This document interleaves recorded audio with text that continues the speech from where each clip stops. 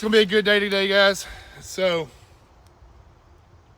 finally, we've got both of the new prime bows out here on the range. I'm sitting at about 60 yard. Actually, I'm sitting at 55, so I want to take some steps back, but that's cool. So what I'm gonna do is we're gonna compare between the Nexus 6. This is a brand new bow in 67. Well, it tips it right at 67 pound peak weight. My Inline as well, 67 pound. They both hit the exact same on the scale. I actually twisted this one strings up just a touch to get it to the exact same draw weight. They're both 65 pound limbs, both at 29.5-inch draw. This one's running a 6 power magnification. This one here running a 4. And we're gonna go ahead and get the sight tape made for this one.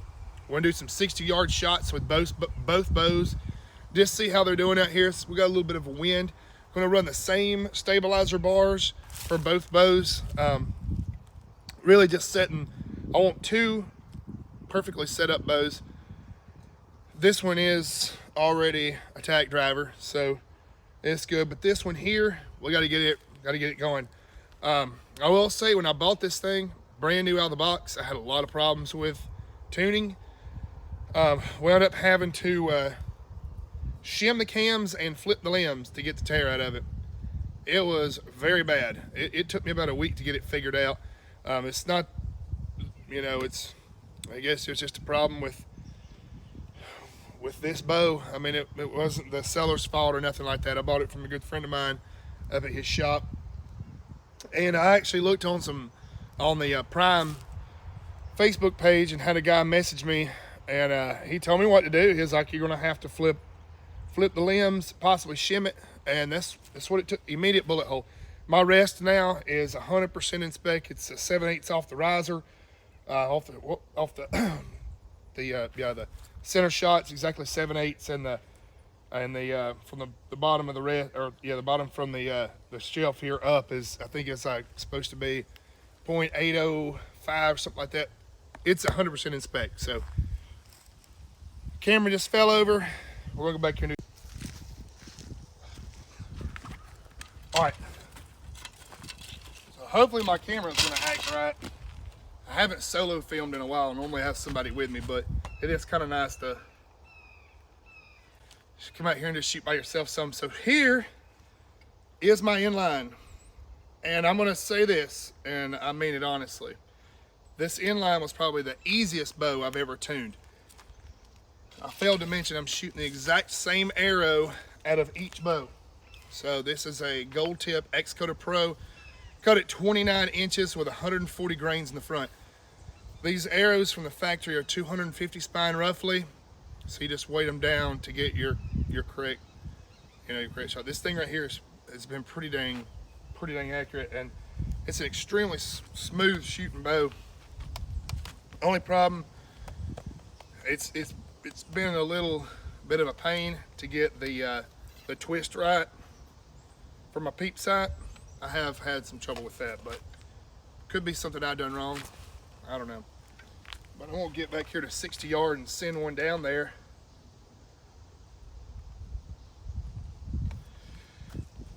The draw cycle on this bow, it's a lot different than any other bow I've ever shot. It really stacks up in the beginning. I'll show you guys what I mean by that. So, let me fix this camera too.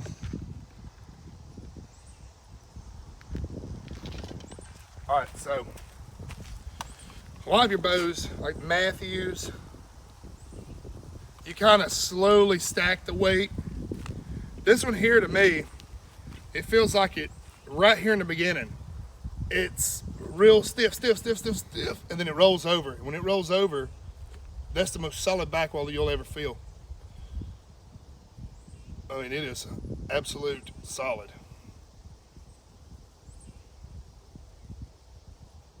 It was just a little high.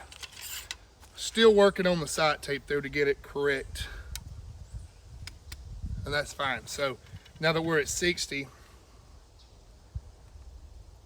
I actually moved my peep too. So really just getting it right. What I'll do is I'll get my 60 right again, and then I'll bring my indicator down to on my Sherlock here to get everything back correct. Get a good base here. I gotta fix that rotation. Boy, that thing's terrible.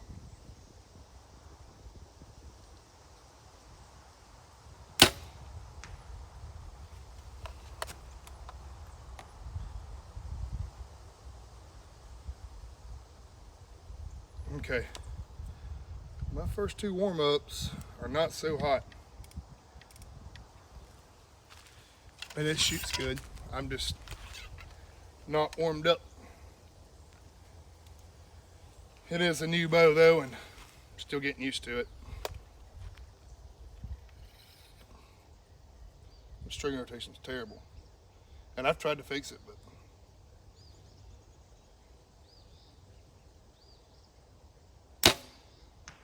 there we go, right in the middle.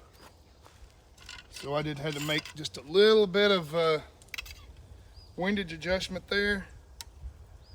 Set it right on 60.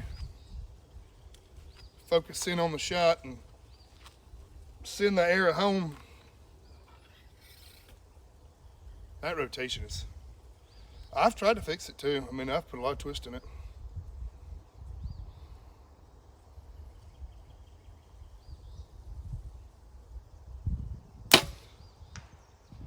Now we're putting them in the middle. So how I feel about this one, it shoots well.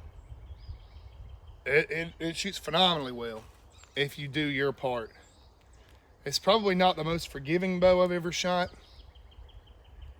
I mean, it's pretty fast shooting. It's shooting these airs here at 290 feet per second. It seems like when you miss with this bow, you miss bigger than you would with any other bow, if that makes sense. So if you make a mistake down there or back here, it really amplifies it on the target. That's the only thing I've noticed about this thing. And I don't know why that is. It just seems, and it's probably me that I haven't really shot this one that much. I mean, I know that I trade bows a lot, and I switch around a good bit. That's really just for the YouTube and stuff, but I'm gonna hold on to these for a while. Definitely the 4-cam one, because they're not making them anymore. This is a unique bow too, and it's very well built. I'll probably hold on to this one. I know you guys have heard that a bunch, but I'll most likely hold on to them. And as the channel grows, then just buy something else. So we got 3 arrows down there in the X at 60 yard on a 60 face. I'm not going to bother with going down there and pulling the arrows. So this bow's sighted in and good. I haven't shot this one at 60 yet. So in theory, the sight tape should be close to the same.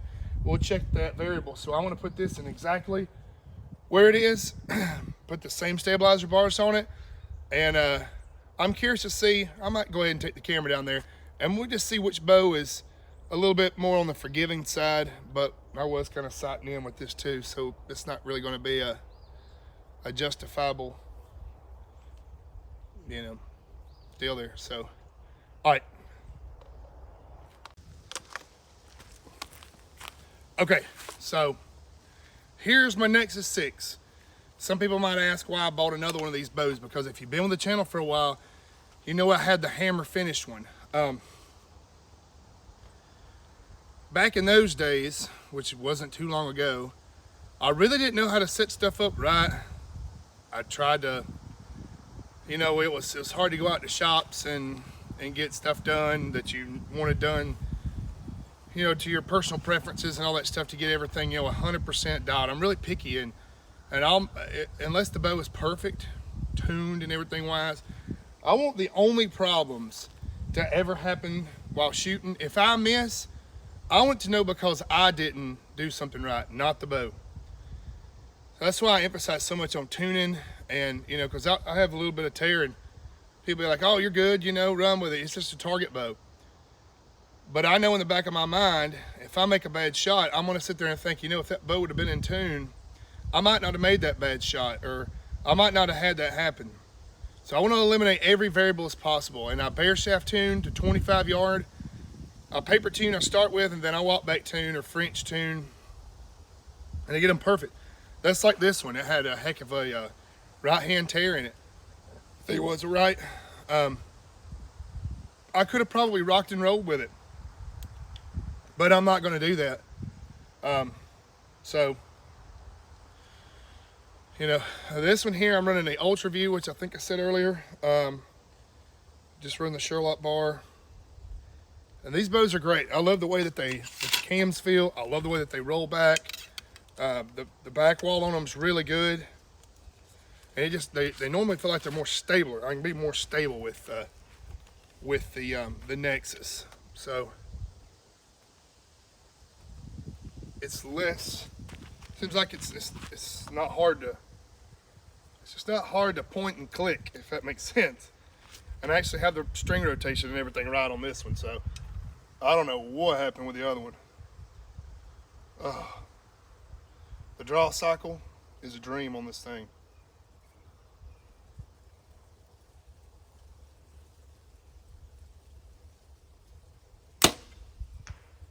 Okay, so we're just a little bit low and to the right. So this one is not shooting as fast as that bow is, but that's fine. If I had to guess, this is probably about 285, 280 feet per second if I had to guess, just by the way that that arrow went down there. But it's probably just because of all the, I mean, you're dealing with 4 cams instead of 2. And I think that has 3 sets of strings opposed to 5. So there's a lot of rotating mass here. Oh man, that feels good.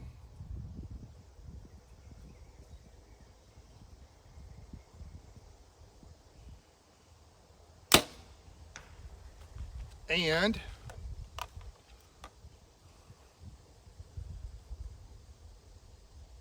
that's a center shot on 2 shots.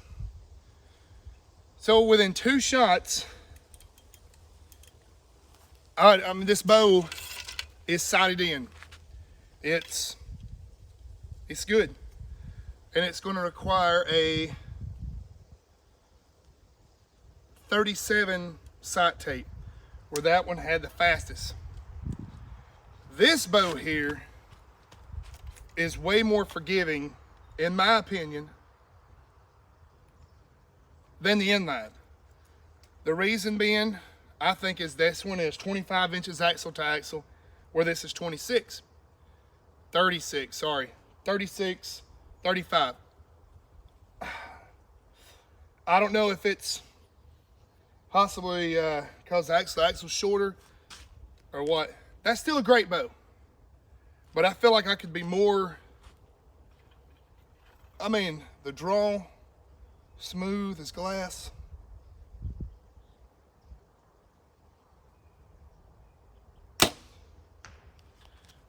That's a good shot.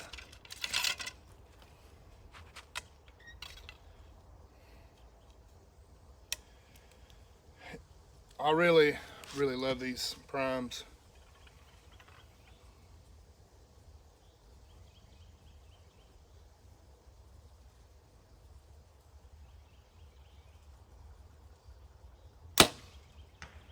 I'm floating around a little bit right now. I've already drank 2 Monster Java, so you can imagine my heart rate's pretty pounding right now.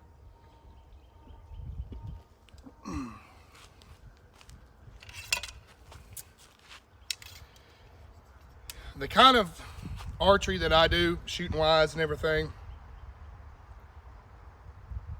I'm not really going to ever shoot much beyond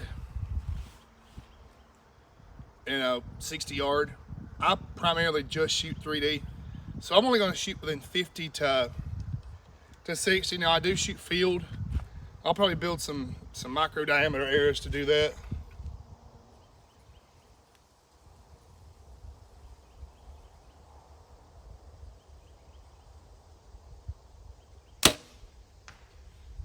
I can see my heart beating in the dang scope from all the coffee. Oh, this thing is a dream to shoot.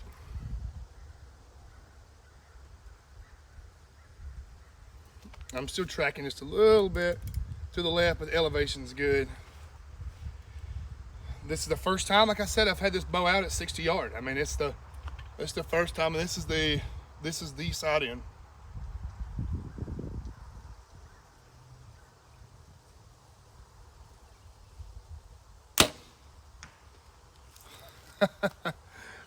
Hey, it's sinking them right in there in the middle. So now that I said all the good stuff about this bow, let me tell you all the bad things. So my first Nexus that I had, the bow literally on the 10th shot, the limb busted. At full draw, shot the arrow, shooting the same arrow, same everything. Bow blew up, or the limb busted. So that really put a sour taste in my mouth. Guy I buy my bows from, he had me a limb the next day. It was just a factory defect. It wasn't nothing that either one of us done wrong. So at that point I was already kind of leery. I was like, oh, I don't know if I want to shoot these dang things. Second thing, you know, you've got a ton of screws. And I'm going to tell you right now, if you do not Loctite these, they will come out. 100%. They will back loose. You'll go shoot and you'll start to hear something twanging, dong, dong, you know. It'll drive you nuts. And then you're like, what is wrong with my bow? You'll go tapping on it and you'll find about 5 screws loose. You got to Loctite these things. Once you get it set to where you want it, you get your draw length, go ahead and blue Loctite that thing. Red Loctite it, whatever you prefer. Anchor them things down, because if you don't, trust me, you're gonna be hating yourself, because you're gonna be wondering, what did I do wrong? Another thing, when it pertains to this bow, if you do not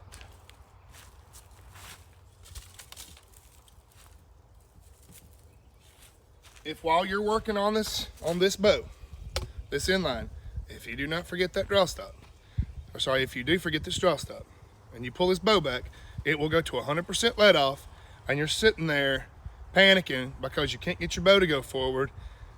I almost blew this thing up already. Luckily, no matter what I do, I always put an arrow in it whenever I draw back, and I was using a really long arrow. I was in my shop testing, I was doing my setup and everything. Drew this thing back, roll back to 100%. I'm sitting here I was holding it for a good 4 to 5 minutes. I'm in my shop screaming for my dad to come outside, because he was working in the basement, screaming at him, please come, come down here, because I was going to try to hold this thing up, stand on a ladder, and get it back in the bow vise. Well, my vise was opened up just enough where the bow would fit in it. So I'm out here by myself, and my plan was to let the bow go off, but let the limbs kind of catch the forks. Well, luckily, I'm sitting here holding it full draw with an arrow, and I go to draw down. My thumb, because I always want to just try to ease it forward, my thumb hit the button, my release, and it immediately fired the arrow. And it went, busted into my shop wall. Bow was fine, didn't dry fire it, but guys, that can happen to you. So that's the breakdown of the Nexus, or the Primes. This is an awesome shooting bow. It shoots fast. I think I'm more comfortable with this bow, the Nexus 6, but that's not counting this one out. This is still an incredible bow. I think I'm still really proficient with this one, because I have more experience shooting a Nexus 6. So, we're going to keep shooting with these things. Guys, I'm glad to be shooting primes right now. I want to give a shout out to the Archery Shack in Anderson, South Carolina. If you want to pick you up one of these nice bows, hit my boy up. They'll help you in any way that they can. They got a lot of bows right now for sale. They actually have my Matthews V3X, which is what I traded for this one. So people might call me stupid for doing that, but I traded even my Matthews V3X for this bow. And I do it for the channel. I do it for you guys so that we don't have the same stuff. I'm the one that can guinea pig out and try different bows, and we'll see what we like. So let's do a vote. Put it in the comments which manufacturer you want me to do next. So this would be in a couple months because we'll have to save up some money, some revenue. And I'm thinking, let's do a vote between Darton and Elite. Let's keep it simple. 2 bows, Darton or Elite. So Darton or Elite will be the next bows to try. You guys are watching Merit Outdoor. Thank you for watching. I'm gonna do a little bit of shooting. Y'all have a good one. God bless you.